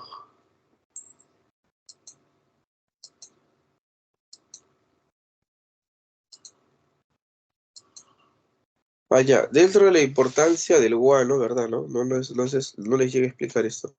Dentro de la importancia del guano, vamos en este sentido, él es Alexander von Humboldt, él es Antonio Raimondi, ambos son los principales estudiosos del guano, de las islas de Perú y también del mar peruano, de la riqueza del mar peruano, ¿ya? Entonces, en la imagen que está en la parte inferior se puede visualizar, por ejemplo, cómo se realizaban las actividades para extraer el guano, ¿no? Simplemente había que agarrar un pico, una lampa, llenar el costal, coserlo y llevarlo al barco. No había más, no había un proceso que hacer, un proceso adicional, no, simplemente era ello, ¿no? Empacar prácticamente el recurso. Claro que esto involucra mucho esfuerzo físico y todo, ¿no? Pero mi observación es que no hay un proceso, no hay una industrialización del producto, no es básicamente traslado, ¿no? Del recurso del producto, ya está. Ya, ahora, luego ese guano se utilizaba en las plantaciones principalmente de algodón, ¿no? A nivel del mundo, en poblaciones como Estados Unidos, donde se cultivaba con mano negra, ¿no? Mano esclava, como le dicen también, ¿no? Y bueno, ahí está. Y como luego esos esclavos serán tratados, ya, sí, eso luego, ya está. Todo este algodón producido se va a utilizar luego en la primera industria a nivel del mundo. Pregunta de historia universal. ¿Cuál fue la primera industria a nivel mundial? Alumnos, y la respuesta. Inglaterra. No, ¿cuál fue la primera industria? No qué país o qué potencia. Claro, Inglaterra surge, pero de todas las industrias, por ejemplo, la industria automotriz, la industria, no sé, eléctrica. ¿Cuál fue la primera industria? La textil. Textil. Eso, bien, bien. La materia prima de la industria textil es el algodón. Para incrementar la producción de algodón se necesita buenos fertilizantes. Y el país que tenía los mejores fertilizantes era el Perú. Por eso es que hay una relación prácticamente directa, ¿no? El- entre la industria textil de Inglaterra, ¿no? Y el Perú, ¿no? O el comercio del guano de Perú. ¿Vieron? ¿Vieron? Ya. Importantísimo. Acuérdense, la estela de Raimondi, ¿no? La puya, ese se llama la puya, ¿no? La puya de Raimondi. Entonces, este señor Raimondi que vemos aquí debe de ser muy importante, ¿no? Estudiado mucho. No es peruano, ¿no? Averigüen de dónde es, a ver, Raimondi. Este pingüino, a ver cómo se llama este pingüino, ¿saben? El pingüino de Humboldt. Humboldt, ¿no? ¿Y por qué el pingüino se llama igual que el señor Alexander von Humboldt? En honor a él, a esa especie de pingüino que él había estudiado, le pusieron su nombre, ¿no? Pingüino de Humboldt, ¿no? Interesante, ¿vieron? Ya,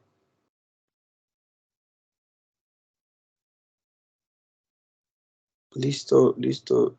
Vamos a continuar aquí, ya. Continuamos, ahora sí, vamos. Siguiente. Obras más importantes durante la prosperidad falaz. Y para eso revisamos rápidamente lo siguiente. Atentos, ¿ah? Minuto 10. Aquí es minuto 10. 13, 12, 11. Por acá es. Ya. Atentos a 3, 2, 1. Anoten lo que consideren importante también. Y si hay algo que no entienden, van a preguntarme, ¿ya?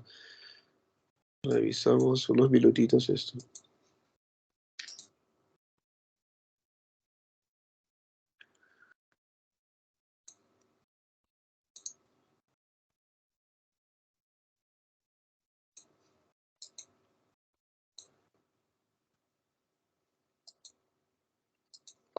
Que por hacer realidad un proyecto nacional.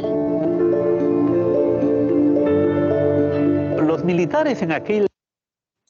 Antes de continuar, pregunta, ¿se escucha el audio? Confirme. Sí, profe. Listo, queda.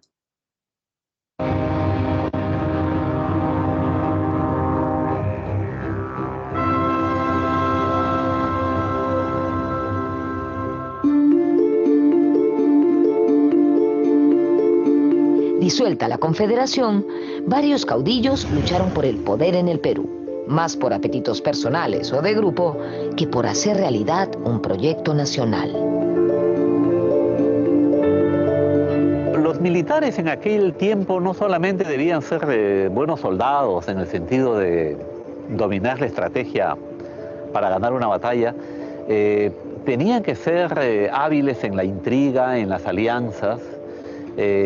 Tal parece que de este séquito de coroneles y generales que quedaron de la guerra de independencia, fueron algunos más destacados en estas habilidades de la intriga política. En este contexto, Castilla fue nombrado ministro de Hacienda durante el gobierno de Agustín Gamarra y secundó a este en su plan de invadir Bolivia y anexarla al Perú. La campaña terminó en tragedia. Los peruanos fueron derrotados en Ingavi en noviembre de 1841. Gamarra murió y Castilla fue hecho prisionero. Culminada la guerra, Castilla regresó al Perú, en donde varios militares se disputaban el poder. Uno de estos caudillos era Manuel Ignacio de Vivanco, quien se proclamó supremo director del Perú en Arequipa. El bravo mariscal Domingo Nieto se levantó contra Vivanco en Moquegua y se erigió como presidente de la Suprema Junta de Gobierno en 1843. En plena campaña, Nieto cayó enfermo y murió en el Cusco, siendo reemplazado por Ramón Castilla, quien asumió la jefatura de los rebeldes.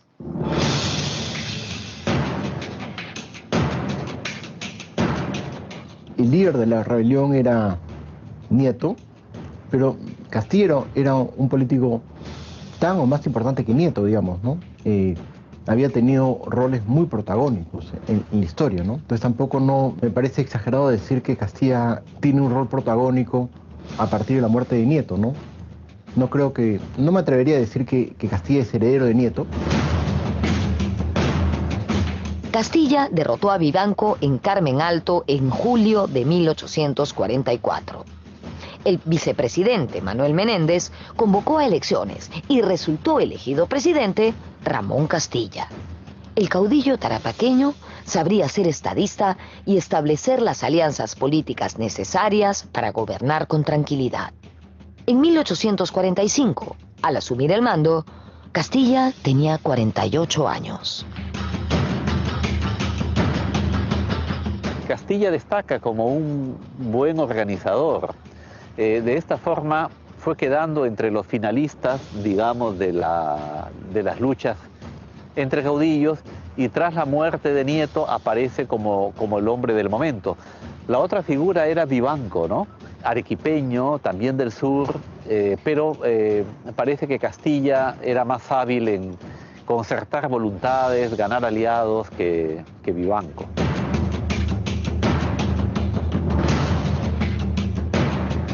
Se convierte en una especie de caudillo máximo, por así llamarlo. Llega en un momento en el cual la generación previa de caudillos, o la que había estado haciendo, la que había hecho la independencia y que tenía el prestigio de poder disputarle a Castilla el poder, ya no se encuentra, digamos, en el juego, ¿no?, político. Ya ha fallecido, digamos, ya está anulada, o en todo caso los líderes de las guerras civiles posteriores tampoco ya no están, digamos, en condiciones de enfrentar a Castilla, ¿no?, y el poder que ha logrado acumular.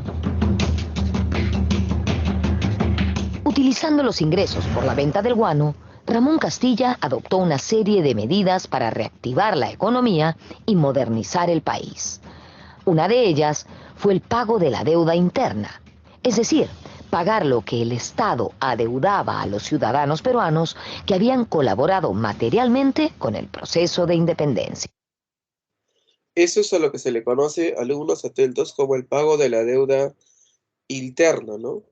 En esa época, a la deuda interna, un ratito, en esa época a la deuda interna se le conoce también como, aquí está la palabra, un segundo, acá, consolidación.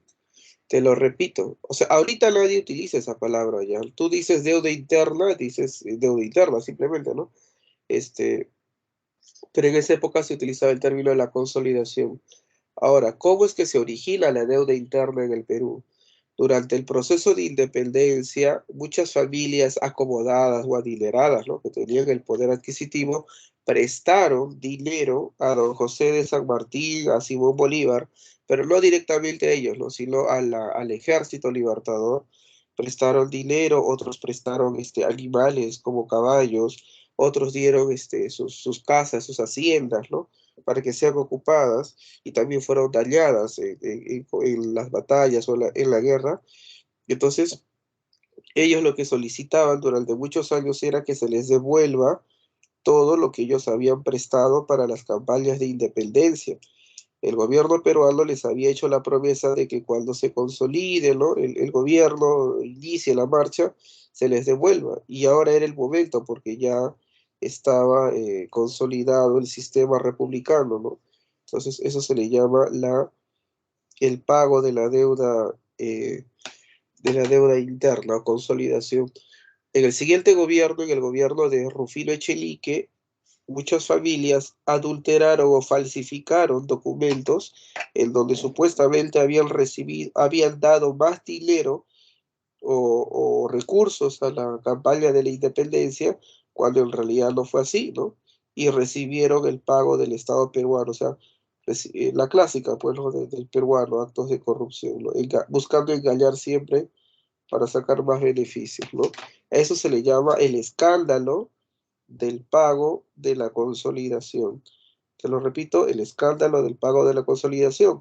Se desarrolló durante el gobierno de Rufino Echenique el escándalo y fue el pretexto para que Ramón Castilla retorne al poder por un segundo gobierno, ¿ya? Atentos. Para ello, se dio la ley de 1850, la ley de la consolidación. La idea es que el Estado peruano tenía un dinero que no sabía cómo gastar y quizás que no tenía cómo gastar porque carecía el gobierno peruano de las instituciones, la capacidad logística, el personal calificado que permitiría gastar el dinero de forma eficaz. Entonces, el proyecto de la consolidación es transferir el dinero del Estado a particulares que lo puedan invertir productivamente. Si bien la ley de la consolidación permitió modernizar, por ejemplo, las haciendas azucareras, en general y a nivel macro, esta ley no sentó las bases de la industrialización del país.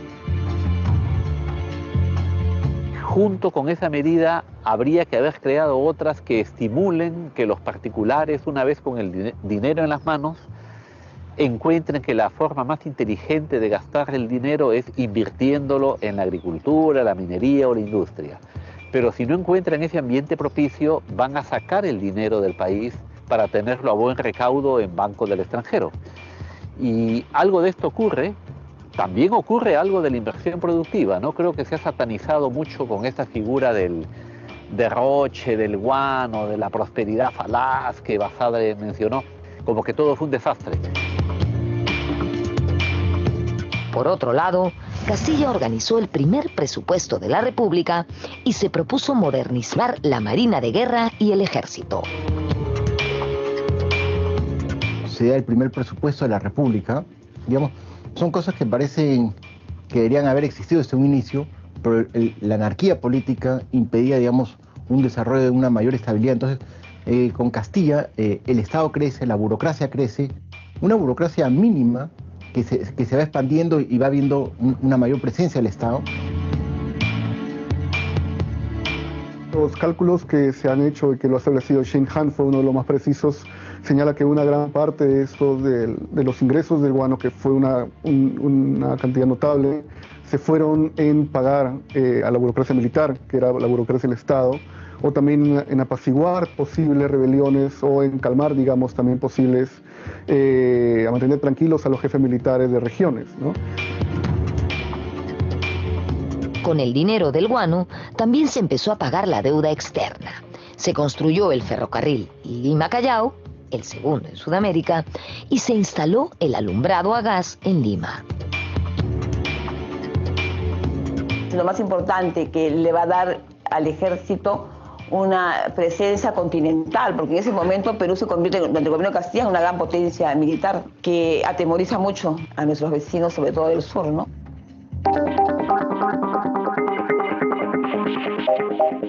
En el plano internacional, se organizó en Lima un congreso americano con el fin de afrontar posibles amenazas de agresión europea, como la abortada expedición planeada por el caudillo ecuatoriano Juan José Flores, que pretendía invadir su país y establecer un protectorado español.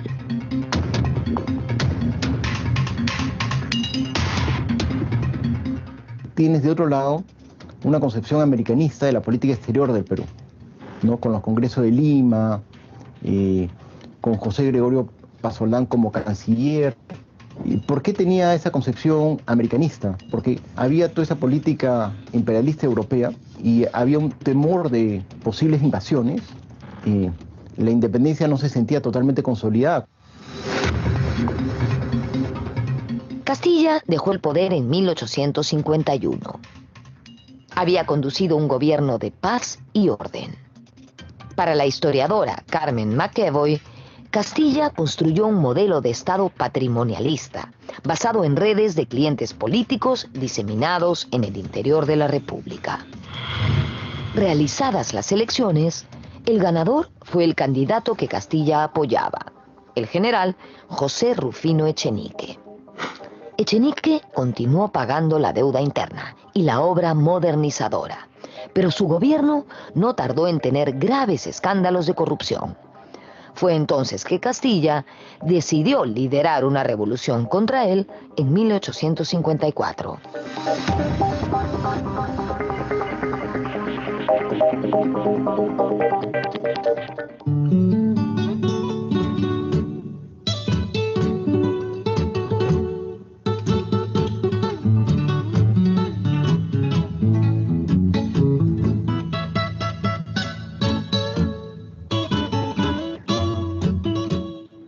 En enero de 1854, la ciudad de Arequipa se levantó contra el régimen de José Rufino Echenique. Cuando Castilla llegó a Arequipa, le entregaron el mando de las fuerzas rebeldes, llamadas también regeneradoras. Él rebautizó a estas tropas y les puso Ejército Libertador, quitándole de alguna manera el color vivanquista al movimiento de Arequipa. Arequipa se convirtió en un fortín y ningún jefe gubernamental osaría atacarla. Castilla emprendería más tarde una victoriosa campaña que lo conduciría hasta la capital, a Lima.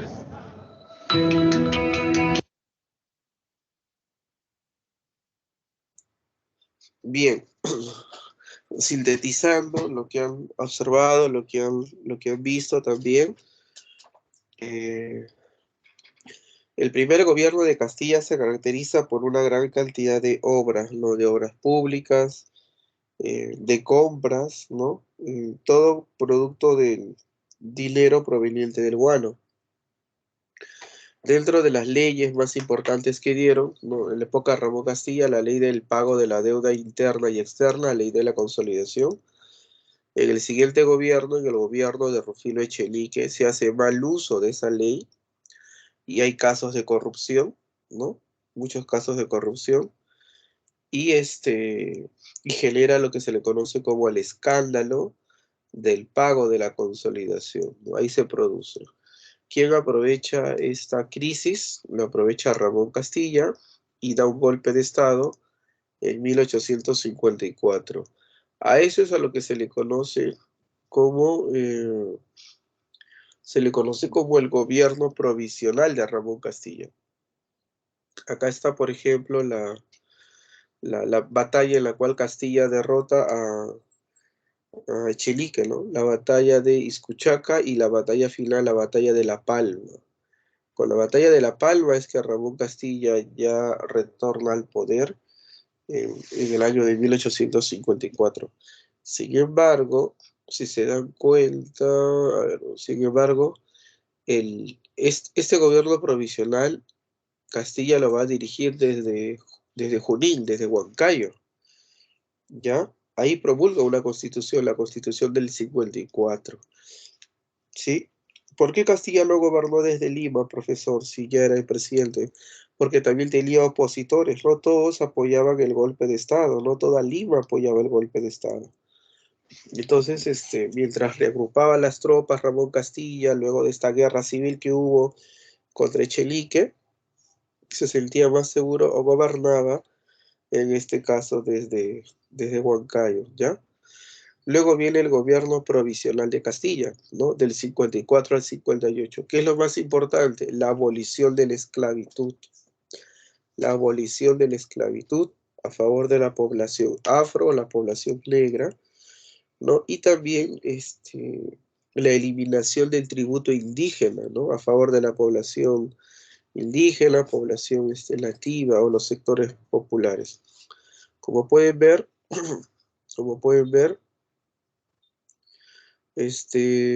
observamos nosotros entonces cómo Ramón Castilla en este gobierno provisional está dando medidas más favorables o orientadas hacia el sector popular, ¿no? Acciones populistas que les sirvieran para poder retornar a Lima con un mayor apoyo, ¿no? Mayor apoyo popular. Segundo gobierno de Ramón Castilla, ahí está. Segundo gobierno de Ramón Castilla, alguna de sus obras. Creo que las más importantes, si tuviéramos que subrayar, serían las siguientes, ¿no? Número 1, la más importante de todas, que se va a elaborar la Constitución de mayor duración en toda la historia del Perú. La Constitución de 1860, que duró efectivamente 60 años. Tuvo una breve interrupción en el 67, pero ha sido la Constitución de mayor duración en toda la historia, ¿no? También se crea el Archivo Nacional, también se va a elaborar el primer mapa oficial del Perú, dirigido por Mariano Felipe Paz Soldán. Primer mapa oficial del Perú, correcto. Y luego del gobierno de Ramón Castilla vamos a tener gobiernos muy cortitos, gobiernos pequeñitos, de corta duración, como los de San Román, Díez Canseco, Pezet y Prado. De todos ellos, los más importantes son los gobiernos de Juan Antonio Pezet, a ver, que está a partir de aquí, San Román, un ratito, San Román, ya está, San Román, ya está. Lean el último párrafo, dice acá, ¿no? El 3 de agosto de 1863, lea conmigo, de 1863, llegó al Perú el primer vicepresidente, ¿no? Que era Juan Antonio Pezet. A él le tocaba asumir la presidencia luego de la muerte de San Román, ¿no? Quien se hizo cargo del gobierno y tuvo que hacer frente al conflicto o a la guerra contra España, ¿no? Lo que justamente les había contado, en el gobierno de Pezet llegaría la expedición científica española, la falsa expedición científica española. Lo que realmente buscaba era invadir o quitarle los recursos a sus ex colonias, caso de Perú, por ejemplo, ¿no? Entonces, eso se iba produciendo en el gobierno de Pezet. El pretexto de la expedición científica española, como lo pueden encontrar ustedes aquí, ¿no? La expedición llegaba tomando como pretexto el hecho de estudiar, ¿no? De forma científica la flora y la fauna del país, ¿no? Él era el que dirigía a la Armada Española, Luis Hernández Pinzón, toma como pretexto para iniciar las acciones hostiles o la ocupación de la isla de Chincha, el llamado incidente de Talambo. Ahí claramente indica, ¿no?, la muerte del español que les había yo contado. Acto seguido, los españoles ocuparon la isla de Chincha, ¿correcto? Hasta ahí, España tenía ganado el terreno, la ubicación, estaban explotando el recurso y estaba en vigencia el tratado firmado con el presidente Pezet, ¿no? El llamado Tratado Vivanco-Pareja, ¿no? El famoso Tratado Vivanco-Pareja, 27 de enero de 1865, que dice ahí, lean conmigo, el precio de la devolución de las islas que era del Perú, ¿no? Era que el Perú aceptara a una autoridad española como si se tratase de la época del virreinato, correcto, y que se abone 3 millones de pesos a la expedición y el saludo en desagravio de ambas banderas. Imagínense, qué humillante, la verdad, ¿no? Tenemos que pagarle esa cantidad de dinero a los españoles. Acto seguido, la guerra fue liderada por Prado, les había mostrado en la imagen, y esta termina o llega a su fin en esta... ¿Dónde está?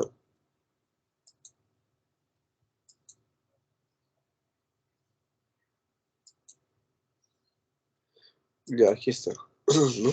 Ese es algunas de las obras de la prosperidad falaz, el ferrocarril, sistema telegráfico, el primer ferrocarril o la primera locomotora, el primer telégrafo, el primer barco de guerra a vapor, por ejemplo, también, ¿no? Parte de las obras. La más importante, siempre la más importante, miren aquí hacia el lado izquierdo, este hombre representa al Estado, y él representa al indígena, ¿no? Es como que le dice, ponte de pie, ¿no? Porque ahora el indígena ya no va a pagar este impuesto llamado el tributo indígena o la contribución personal. Ahora lo va a pagar el Estado, ¿no?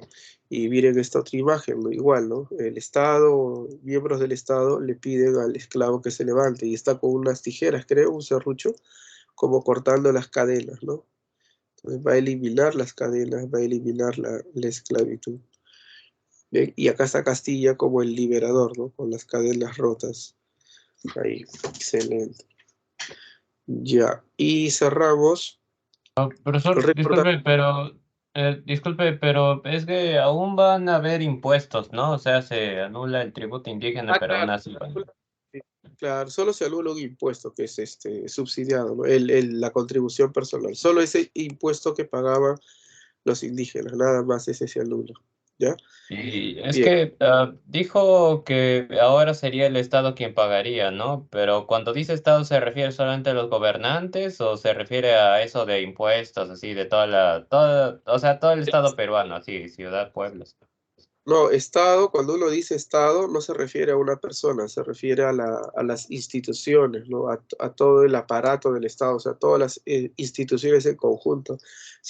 Cuando uno quiere decir a las personas en sí que están gobernando, en ese momento se le dice gobierno, ¿no? El gobierno del Perú liderado por, y ahí viene el presidente, pues, ¿no? Gobierno son personas, Estados son las instituciones, ¿ya? Y para terminar, chicos, se nos va la hora, para terminar, bueno, la el combate que le puso fin justamente a la guerra contra España. Lamentablemente, en este combate, ¿no? Fallece, como dice aquí, el combate inició al mediodía, etcétera, ¿no? Fallece el primer ministro, ¿no? El líder de los liberales, José Gálvez, y una baja de unas personas más, ¿no? Luego de esto se retiraría la escuadra española y ya no reclamaría, no reclamaría más o se cumpliría el tratado Vivanco-Pareja, ¿no? Ya que quedaría anulado o eliminado, ¿sí? Para la siguiente clase, por favor, necesito que antes que empiece la clase, ustedes vengan leyendo un ratito. Antes que empiece la clase, necesito que ustedes vengan leyendo este tema. 113, la Guerra del Pacífico. Ya lean, revisen para poder desarrollar con mayor facilidad. Y también traigan sus preguntas, ¿no? Las dudas, ¿ya? La unidad 13 nos tocaría la próxima semana. Bien, chicos, avanzamos. Se cuidan mucho. Un abrazo. Chao, chao. Profesor, disculpe, perdón, pero es que la deuda interna era con ciudadanos así que adinerados, pero la deuda externa era con otros países, ¿no? Sí, principalmente Inglaterra. Inglaterra y Francia, principalmente. Ok, pero ¿por qué no era que ellos necesitaban de nosotros por el guano y así? ¿Por qué le debemos a ellos? Una cosa es los empresarios ingleses que se dedican a actividades como la agricultura o la industria textil, son empresarios. Y otra cosa es el Estado inglés que presta dinero a los nuevos países como Perú, ¿no? Y los países de Sudamérica. Es distinto, ¿no? Una cosa es de Estado a Estado y otra cosa es entre empresarios, ¿no? Es distinto, ¿sí? Ok, entonces Inglaterra y Francia porque nos apoyaron económicamente, ¿no? Sí, los primeros préstamos que tuvo el Perú en la República venían de Inglaterra y de Francia, ¿no? Correcto. Ok, profesor, muchas gracias. Listo. Chao, chao, chicos.